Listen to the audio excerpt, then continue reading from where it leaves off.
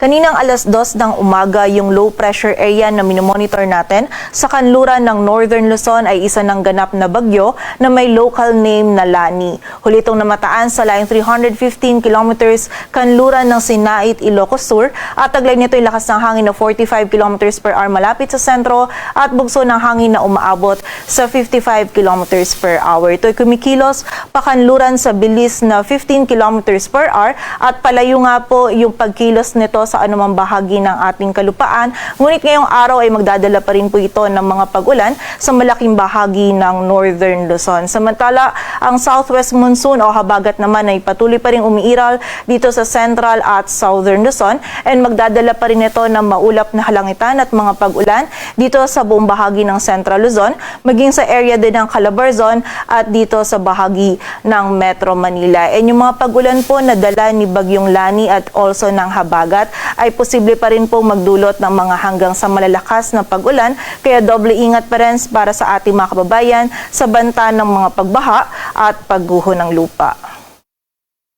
At ayon nga dito sa ating latest forecast track analysis ni Bagyong Lani, generally ito ay kikilos pahilagang kanluran at magiging mabilis po yung paglagi nito dito sa loob ng ating area of responsibility. By this morning or afternoon ay lalabas na din po ito ng PAR, and paglabas po nito ng PAR, posible ito mag-intensify pa into a tropical storm habang binabaybay pa rin yung karagatan patungo dito sa area ng Southern China. And mapapansin din po natin na hindi hagip ng mga pinakamalalakas na hangin na taglay nito yung anumang bahagi ng ating bansa. Ngunit ngayong araw nga po, magdudulot pa rin nito ng mga pag-ulan. But dahil nga palayo yung pagkilos nito ni Bagyong Lani sa anumang bahagi ng ating kalupaan, expect din po natin na within the day, posible po yan by this afternoon or evening onwards ay pawala na rin po yung mga pag-ulan na dala nito dito sa malaking bahagi ng Northern Luzon. At dahil nga po hindi hagip ng mga pinakamalalakas na hangin na dala ni Bagyong Lani yung anumang bahagi ng ating bansa, ay wala po tayo nakataas na wind signal sa anumang bahagi ng ating kalupaan. Ngunit posible pa rin po yung bugso ng mga malalakas na hangin sa area ng Ilocos Region, maging sa bahagi din ng Cagayan at Isabela. At para naman po sa mga pag-ulan, ngayong araw posible pa rin yung mga malalakas na pag-ulan, 50 to 100 millimeters of rainfall dito sa Pangasinan. Dulot po ito ni Bagyong Lani at 50 to 100 millimeters of rainfall din dito sa area ng Zambales, dulot naman ng habagat. Kaya pag-iingat pa rin sa ating mga kababayan dyan at makipag-ugnayan pa rin po tayo sa ating mga LGU para sa mga aksyon na kailangan nating gawin para sa ating kaligtasan. At para naman sa lagay ng dagat baybayin ng ating bansa, wala po tayong nakataas na gale warning.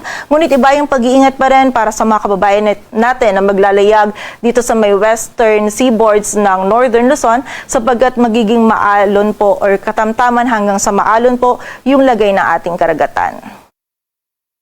At para naman sa maging lagay ng panahon ngayong araw ng Sabado, dulot ni Bagyong Lani, magiging maulap po yung ating kalangitan. May mga pag-ulan pa rin na mararanasan dito sa Ilocos Region, Cordillera Administrative Region, maging sa area din ng Cagayan Valley. Most likely po yung mga pag-ulan po natin, posible pa rin hanggang sa mga malalakas na pag-ulan, lalong-lalo na dito sa area ng Ilocos Region.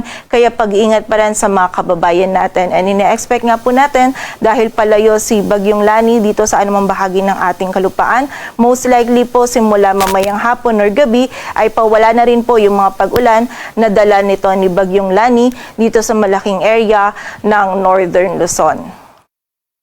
Samantala, ang habagat naman po patuloy ding magdudulot ng makulimlim na panahon at meron ding mga pag-ulan na mararanasan dito sa Central Luzon, maging sa Calabarzon at dito din po sa Metro Manila. Most likely po katamtaman at kung minsan ay mga malalakas na pag-ulan pa rin yung posible nating maranasan, lalong-lalo na dito sa area ng Zambales at Bataan. Kaya patuloy pa rin pag-iingat sa ating mga kababayan, and also yung mga regional offices natin ay nagpapalabas pa rin ng mga thunderstorm advisories or mga babala ukol sa mga pag-ulan na ito. Samantala, dito naman sa bahagi ng Mimaropa at Bicol Region, meron lamang po tayong mga isolated na mga pag-ulan na mararanasan dulot ng habagat at ng mga localized thunderstorms. Agwat ng temperatura dito sa Metro Manila ay mula 25 to 30 degrees Celsius. Samantala, dito naman sa bahagi ng Palawan, maging sa buong bahagi ng Visayas at Mindanao ay medyo maaliwalas po yung panahon na ating mararanasan. Maliban na lamang yan sa mga posibilidad pa din ng mga biglaan at mga panandaliang pag-ulan, pagkilat at pagkulog, lalong-lalo na po yan sa hapon at gabi, dulot ng mga localized thunderstorms. And during severe thunderstorms, posible pa rin po tayong makaranas ng mga katamtaman hanggang sa mga malalakas na pag-ulan na maaari po magdulot ng mga pagbaha at pagguho ng lupa, kaya patuloy pa rin pag-iingat para sa ating mga kababayan. Agwat ang temperatura sa Cebu ay mula 26 to 31 degrees Celsius at sa Davao naman ay 25 to 32 degrees Celsius. Dito sa Metro Manila, ang araw ay sisikat mamayang 5:44 ng umaga at lulubog mamayang 6:04 ng hapon.